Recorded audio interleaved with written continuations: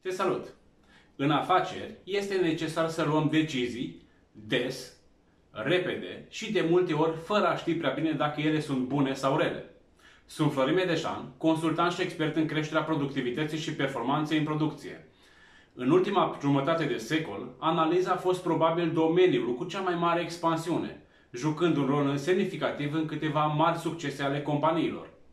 Cu toate acestea, uneori, abuzăm de prea multă analiză. Iar atunci putem întrebuința greșit analiza. Companiile au nevoie de mai puțină analiză, iar aceasta trebuie să fie mult mai utilă. O unealtă extrem de importantă în acest sens este principiul 80-20, sau altfel cunoscut ca fiind principiul lui Pareto, care are caracter analitic, dar pune analiza la locul potrivit. Iată principalele idei care stau la baza principiului 80-20. Teoria puținului vital și a celor mult și semnificative. Sunt puține lucruri care produc mereu rezultate. Majoritatea eforturilor nu produc rezultatul dorit. În general, ceea ce vezi nu este ceea ce obții. Există niște forțe ascunse care lucrează.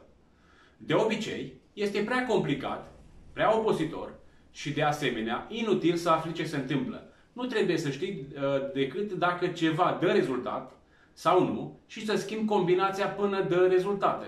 Apoi păstrează combinația până când aceasta nu mai dă rezultate.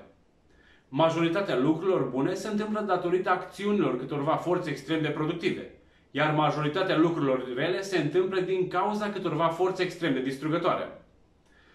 Majoritatea activităților luate în masă și individual sunt o pierdere de vreme.